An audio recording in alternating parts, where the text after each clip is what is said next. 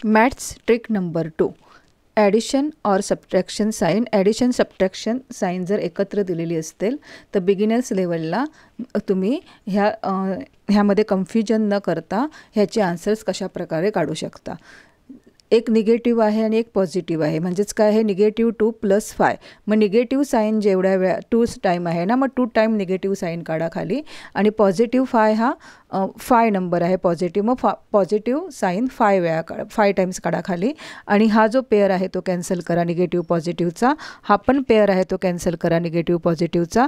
मग तुमच्याकडे काय राहिलं, फक्त 1 2 3 पॉझिटिव्ह 3 राहिलं, म्हणजे ह्याचा आन्सर आहे 3.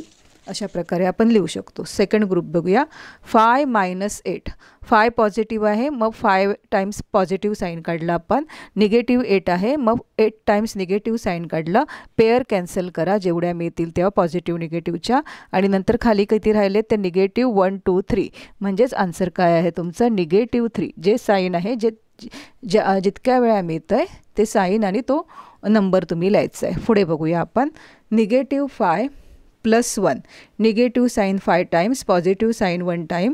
पेअर कॅन्सल करा निगेटिव्ह पॉझिटिव्हची. आणि काय राहिलं तुमच्याकडे ते निगेटिव्ह 4. मग ह्याचा आन्सर येणार निगेटिव्ह 4.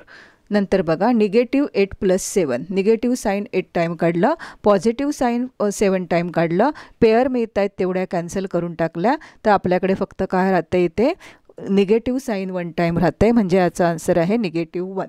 अशा प्रकारे तुम्ही निगेटिव्ह पॉझिटिव्ह अगदी बिगिनर लेवलला प्रॅक्टिस करू शकता. व्यवस्थित प्रॅक्टिस करा आणि शेवटी जी 2 एक्झाम्पल्स दिली आहेत ती तुम्ही स्वतः सॉल्व करा आणि मला ह्याचा आन्सर सांगा. धन्यवाद.